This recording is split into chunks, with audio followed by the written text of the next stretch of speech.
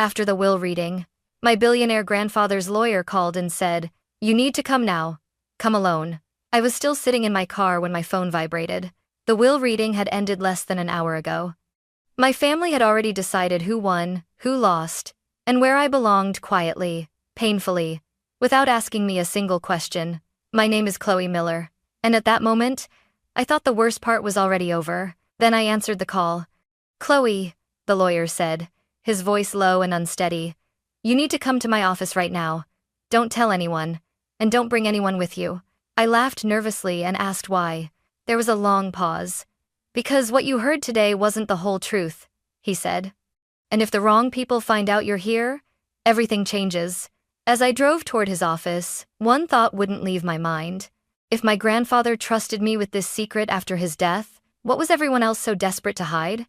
The will reading took place in a quiet conference room that smelled faintly of leather chairs and expensive coffee. The kind of room where people pretended to be respectful, while silently counting what they hoped to gain. My billionaire grandfather, Robert Miller, had been buried just 3 days earlier. And yet, sitting around that long polished table, no one looked like they was grieving anymore. They looked like heirs. My uncle leaned back in his chair, fingers steepled, already confident. My aunt kept glancing at her phone, as if the words on the paper in front of her were just a formality delaying her next appointment. Even my cousins, people I grew up with, avoided my eyes, like they already knew something I didn't. I sat at the far end of the table, alone. The lawyer cleared his throat and began reading in a calm, measured voice, as if he were announcing quarterly earnings instead of my grandfather's final words. Stock portfolios, real estate, trust funds. Every name but mine came with numbers that made the room subtly shift. Small smiles, relaxed shoulders, quiet exhales of relief. Then my turn came, and to my granddaughter, Chloe Miller. The room went still. I straightened without meaning to, my heart tightening. I leave the sum of $50,000 to be transferred within 30 days. That was it. No properties, no shares, no role in the family foundation. Just a number that felt strangely small in a room full of wealth. For a split second, I wondered if I had misheard, but when I looked up, no one else looked confused. My uncle gave a thin smile and said softly, "Well, that's generous, considering." Considering what? No one answered that question. They didn't need to. The message was clear. This is where you stand. I didn't argue. I didn't cry. I didn't ask why. I simply nodded. Because what none of them knew was that my grandfather and I had been close in a way they never were. Quiet conversations, long walks, evenings where he spoke less about money and more about regret, and that made what I'd just heard feel wrong. As the meeting wrapped up, chairs scraped against the floor. People stood, already talking about logistics, transfers, next steps. My aunt brushed past me and said, almost kindly, "You should be grateful, Chloe. Many people would be thrilled." I forced a smile. "I am," I lied. Outside, the late afternoon sun felt too bright. I sat in my car with the engine off, staring at the steering wheel, replaying my grandfather's voice in my head. "Never confuse fairness with truth," he once told me. At the time, I didn't understand what he meant. Now, I felt it in my bones. The will reading hadn't just distributed money. It had drawn a line, and I had been placed firmly on the outside of it. I was about to start the engine when my phone rang. An unknown number. I almost ignored it. Almost. That single decision to answer instead of walking away would change everything I thought I knew about my family, my grandfather, and myself. The phone kept vibrating in my hand as if it were impatient with me. I stared at the screen for a few seconds longer than I should have, then finally answered. "Hello?" "Chloe," a man said. His voice was familiar, but not in the way I expected. It wasn't confident or polished like it had been an hour earlier in the conference room. It was tight, controlled, afraid. "This is David Harper," he said. "Your grandfather's attorney." I glanced instinctively toward the building behind me, half expecting someone to be watching from the glass windows. "Yes," I said cautiously. "Is something wrong?" There was a pause. Not a technical one, a deliberate one. "You need to come to my office right now," he said. "Not tomorrow, not next week. Now." My grip tightened around the phone. "I just left," I said. "If this is about the transfer paperwork, I can—" "No," he cut in sharply. Then softer. This isn't about paperwork. Had 8 Marfil S. Paster. I felt a strange chill move through my chest. Mr. Harper, I said, trying to keep my voice steady. You just read my grandfather's will. If there was something else, why wasn't it said in the room? Another pause. Because, he said slowly, there were people in that room who were never meant to hear it. I swallowed. Chloe, he added, lowering his voice, you need to come alone. That single phrase made my stomach drop. Alone? I repeated. Why would I? Do not tell your family, he said, firmer now. Do not call anyone, and do not mention this conversation. My pulse quickened. You're scaring me. I know, he said quietly, and I'm sorry. But if you trust your grandfather even a little, you'll get in your car and drive here now. The line went dead. I sat there in silence, phone still pressed to my ear, my heart beating louder than the traffic passing behind me. Come alone, don't tell anyone. Those weren't the words of a routine legal follow-up. They sounded like a warning. I considered calling my mother, then my uncle, then one of my cousins. But something stopped me. My grandfather had always hated scenes, hated noise, hated confrontation. When something mattered, he handled it quietly, carefully, and always behind closed doors. If he'd left something unfinished, if he'd trusted David Harper with it, I started the car. As I pulled onto the road, my phone buzzed again. This time, it was a message from my aunt. Lunch tomorrow to talk next steps? We should stay united. United. The word made me uneasy. The city blurred past my windows as I drove toward the lawyer's office downtown. My thoughts raced faster than the traffic. Why me? Why now? Why hadn't my grandfather said anything while he was alive? Then I remembered the last conversation we'd had, just weeks before he died. We were sitting in his study. He looked tired, thinner than usual, but his eyes were sharp. Chloe, he said, if one day you learn something about this family that makes you uncomfortable, promise me you won't ignore it. I'd laughed back then. You're being dramatic. He smiled, but it didn't reach his eyes. I'm being careful, he corrected. At the time, I thought he meant business. Now, I wasn't so sure. When I arrived at David Harper's building, the lobby was nearly empty. The security desk was unattended. The elevator hummed softly as I rode up alone, my reflection staring back at me in the mirrored walls. My stomach twisted with every floor that passed. When the doors opened, I saw his office door slightly ajar. A sliver of light spilled into the hallway. I hesitated. Then I stepped forward, not knowing that whatever waited on the other side of that door would permanently change how I saw my family and myself. The office smelled different from before. Not like coffee and paper, but something sharper, like stress that had been sitting in the air too long. Chloe, David Harper said, the moment I stepped inside. He stood up so quickly that his chair rolled back and bumped against the wall. Close the door, please.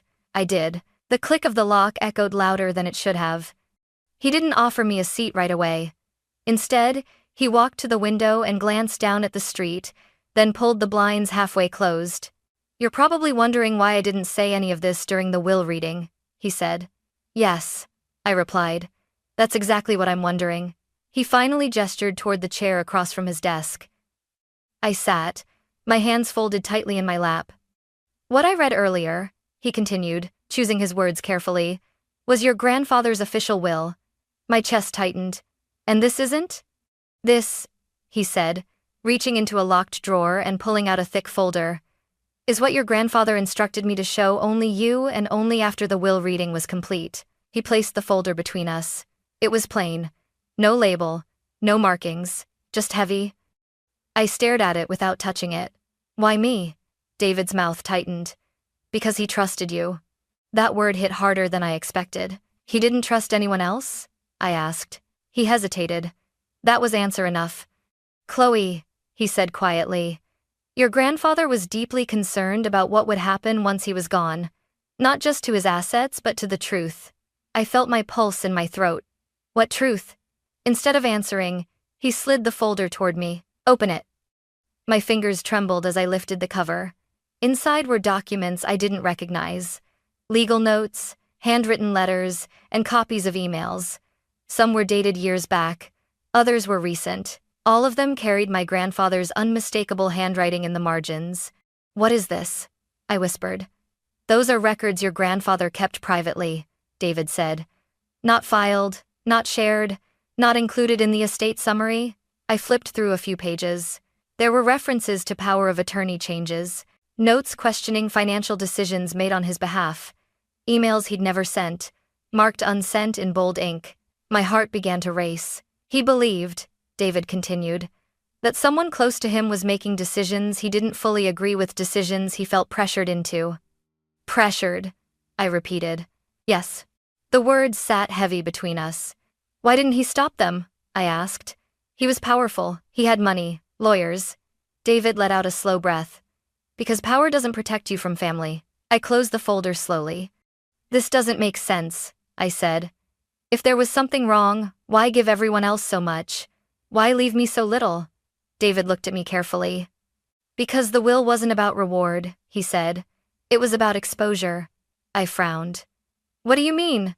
He believed, David said, lowering his voice, that if the truth came out all at once, certain people would react badly. He wanted to see who felt safe and who felt threatened. A chill ran through me.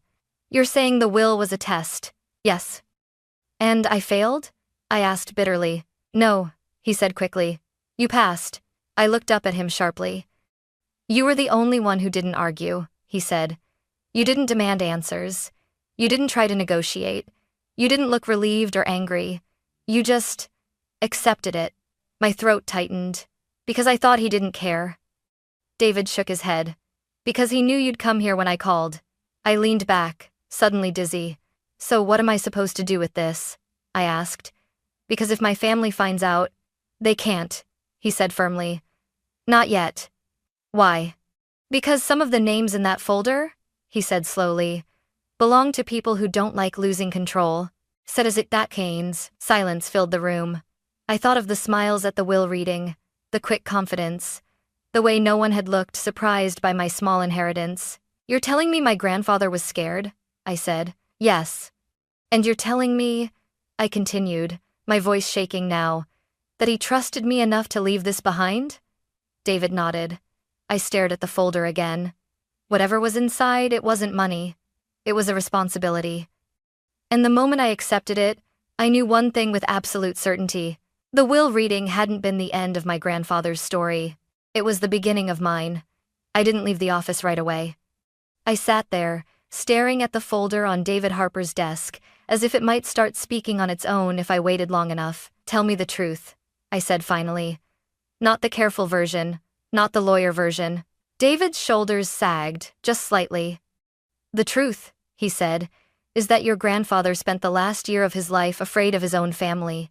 Those words landed harder than anything I had read so far. That's not possible, I said.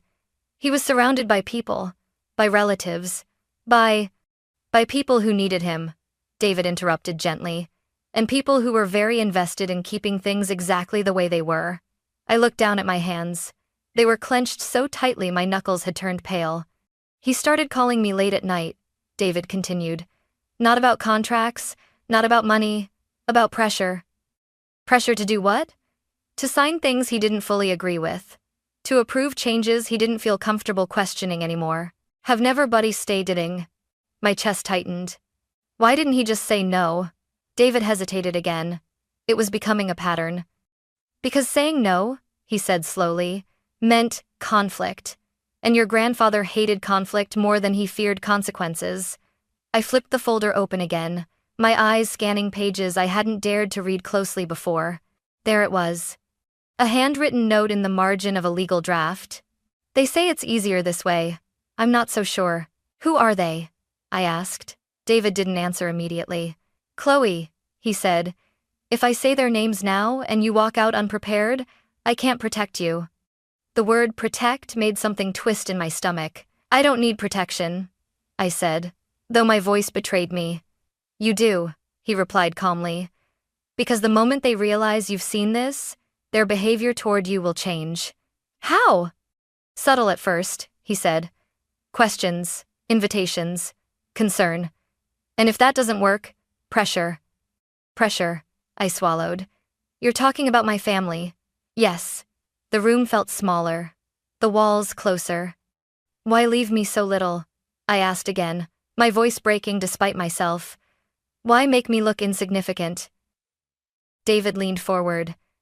Because invisibility can be safety, he said. He believed that if you looked unimportant, you'd be ignored long enough for the truth to survive. I laughed bitterly. So he let them humiliate me. He let them underestimate you, David corrected. Silence stretched between us. I loved him, I said quietly. I thought he loved me too. David's expression softened. He did. That's why he didn't give you money. I looked up sharply. Money ties you down, he continued. It makes you dependent. It makes you visible. He wanted you free enough to walk away if things turned dangerous. Dangerous. The word echoed in my head. So, what happens now? I asked. David reached into another drawer and pulled out a single envelope. This, he said, is a personal letter your grandfather wrote to you. Not as an heir, not as a beneficiary, as his granddaughter. My hands shook as I took it. You should read it alone, he added. But before you go, there's something else you need to know. I looked up. Some members of your family have already contacted me since the will reading, he said quietly. My heart skipped. About what? About whether there was anything else, he said. Anything that wasn't read out loud. I stood abruptly. They know? I asked. They suspect, he replied. And suspicion makes people impatient. I clutched the envelope to my chest. Chloe, David said firmly. From this moment on, every choice you make matters. Who you trust, what you say, and when you decide to speak. I nodded slowly, my mind racing. As I left the office, the city felt louder than before. Every passing glance felt heavier.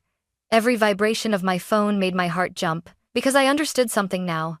My grandfather hadn't left me behind. He had placed me at the center of a storm he'd been holding back for years.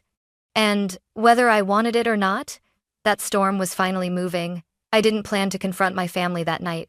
But the moment I stepped into my apartment and saw the missed calls piling up on my phone, I knew waiting was no longer an option. 3 from my uncle, 2 from my aunt, 1 message from my cousin that simply said, "We need to talk, tonight." They already knew something had shifted. I stood in the middle of my living room, my grandfather's sealed letter still untouched on the table, and felt the weight of a decision pressing down on my chest. If I stayed silent, I could pretend nothing had changed. If I spoke, everything would unravel. An hour later, I found myself standing in my uncle Richard Miller's living room. Everyone was there. Too many people, too neatly arranged. Like a meeting that had been rehearsed. Richard sat in his armchair, hands folded calmly. My Aunt Linda stood by the window, arms crossed. My cousins leaned against the counter, avoiding my eyes. No one asked how I was doing. "Chloe," Richard said gently, "thank you for coming." That tone. The one adults use when they think they're being kind but are really asserting control. "You wanted to talk," I said. "Yes," Linda replied quickly. "We're concerned about you." Concerned? I felt my jaw tighten. Concerned about what? I asked. Richard sighed, as if this were all terribly inconvenient. "We heard you went back to David Harper's office." The room went quiet. I didn't deny it. "Why?" my cousin Evan asked. The will reading was over. I had questions, I said evenly. "Questions about money?" Linda asked, her lips tightening. "No," I replied. "Questions about the truth." The word landed like a dropped glass. Richard's expression changed. Just slightly. "Chloe," he said calmly. "Your grandfather was very old. He was confused near the end. You shouldn't be digging into things that will only hurt you. I'm stay too, and it my state might change to wong the cative later. And I get a not this sanger. Change tooted to do common." I felt something sharp rise in my chest. "You mean hurt you?" I said. Linda's eyes flashed. "That's unfair." "Is it?" I asked. "Because none of you seemed surprised when I was left with almost nothing." Silence. Then Evan laughed softly. "Come on. Grandpa always favored you emotionally. This was about balance. Balance." I thought of the documents in that folder. The notes. The hesitation in my grandfather's handwriting. "I was close to him," I said. "That doesn't make me blind." Richard leaned forward. "We're not saying you're blind. We're saying you're vulnerable." The word wrapped itself around me like a trap. Grief makes people imagine things, Linda added. David Harper is a lawyer. Lawyers complicate matters. I looked at her directly. Or they reveal them. Her jaw clenched. Richard raised a hand. Let's be clear, he said. There is nothing else. No hidden instructions. No secret meanings. And whatever David showed you, he showed me my grandfather's words, I interrupted. That was when the room shifted. Evan straightened. Linda's hand tightened on the back of the chair. Richard's calm expression finally cracked. What exactly did he show you? Richard asked. I felt my heart pounding, but I held his gaze. You're asking the wrong question, I said. You should be asking why he didn't trust you with it. Linda stepped closer. Chloe, listen to yourself. You're accusing your own family. I'm listening to my grandfather, I replied. Richard's voice hardened. This ends now. The gentleness was gone. You walk away from this, he said, and you keep whatever dignity you have left. You push further, and things get complicated. I swallowed. Is that a threat? I asked. He smiled thinly. It's advice. I felt the room closing in on me, the expectations, the pressure, the unspoken message. Stay quiet, be grateful, don't ruin this. For a moment, I almost did. Then I remembered my grandfather's voice. Never confuse peace with silence. I'm not going to pretend anymore, I said quietly. And I'm not afraid of the truth, Linda scoffed. You'll regret this. Maybe, I said. But I'd regret silence more. No one spoke as I turned toward the door. Behind me, Richard's voice followed, colder than before. If you do this, he said, you're no longer part of this family. I paused, my hand on the doorframe. I didn't turn around. I think, I said softly, I stopped being part of it long before tonight. When the door closed behind me, my hands were shaking. But beneath the fear, beneath the loss, something else had taken root. Clarity.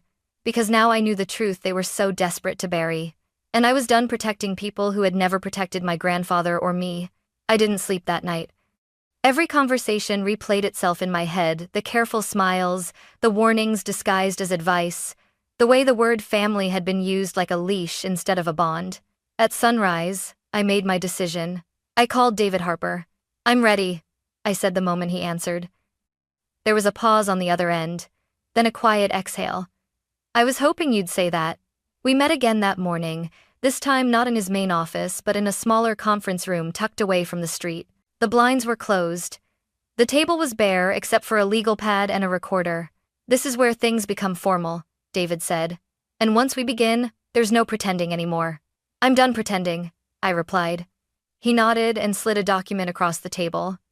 Your grandfather prepared a supplemental legal statement, he explained. It wasn't part of the public will. It was designed to activate only if certain conditions were met. Conditions like what? I asked. Like pressure, manipulation, or attempts to suppress information. My chest tightened. So, he expected this. Yes, David said, and he prepared safeguards. For the next several hours, we went through everything: emails, handwritten notes, timestamps, and records that showed patterns I hadn't wanted to see before. Not crimes described in dramatic terms, but something quieter and more disturbing. Systematic control. Decisions made on my grandfather's behalf without full consent, and financial arrangements that benefited a very small circle. Nothing here is explosive on its own, David said carefully. But together, it tells a story. What kind of story? I asked. One of influence, he said, and misuse of trust. He explained the next steps calmly, methodically. Independent reviews, court filings, protective measures. You won't be alone in this, he said. The law exists for moments like this. I laughed softly, more tired than amused. Funny. My family always said law was just a tool for people with power. David looked at me steadily. Then, let's use it to protect the truth instead. By the afternoon, formal notices had been prepared. Oversight bodies were contacted.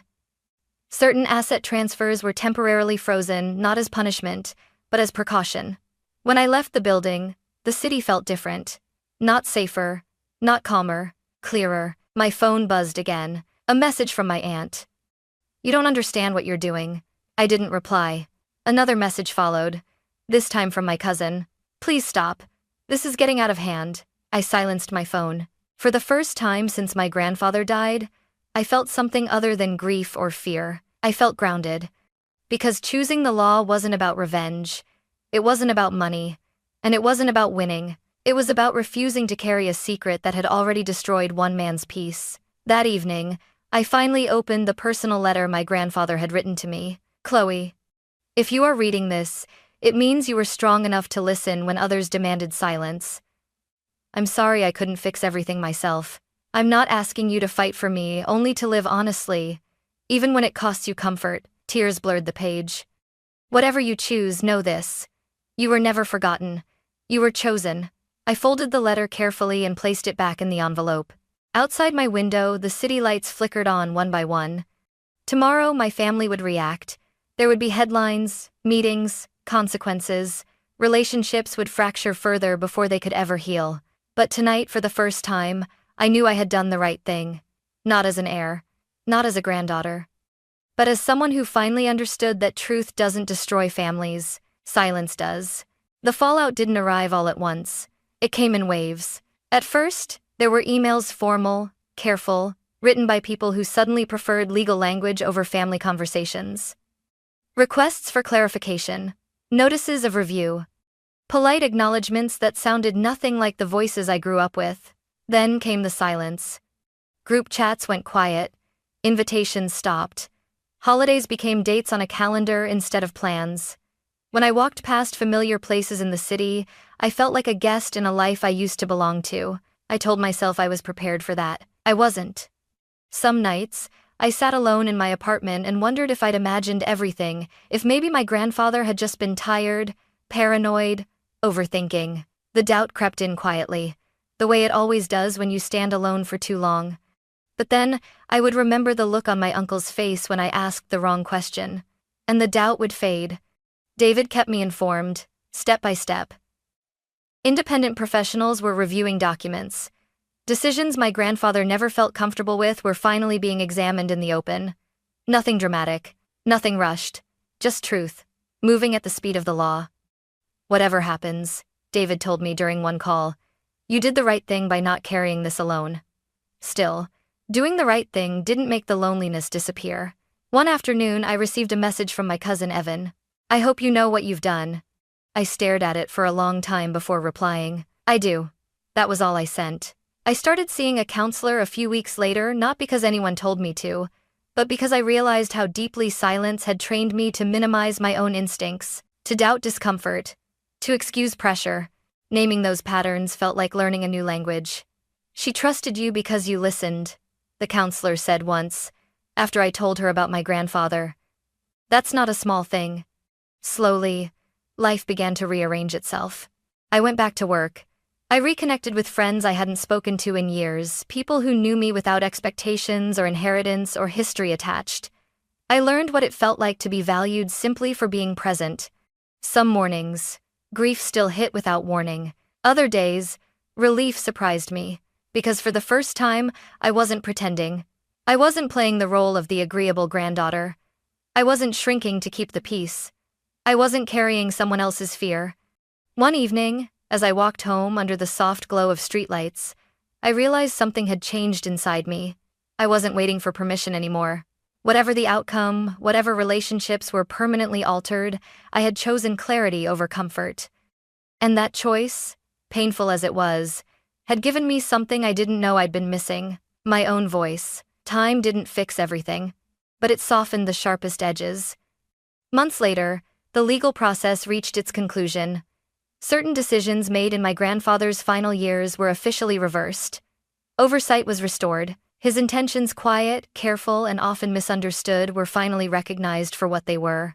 There were no dramatic apologies. No sudden reunions. Just a quiet acknowledgement that the truth had been real all along. I stood alone one afternoon in my grandfather's old study, the room where he used to sit for hours, thinking.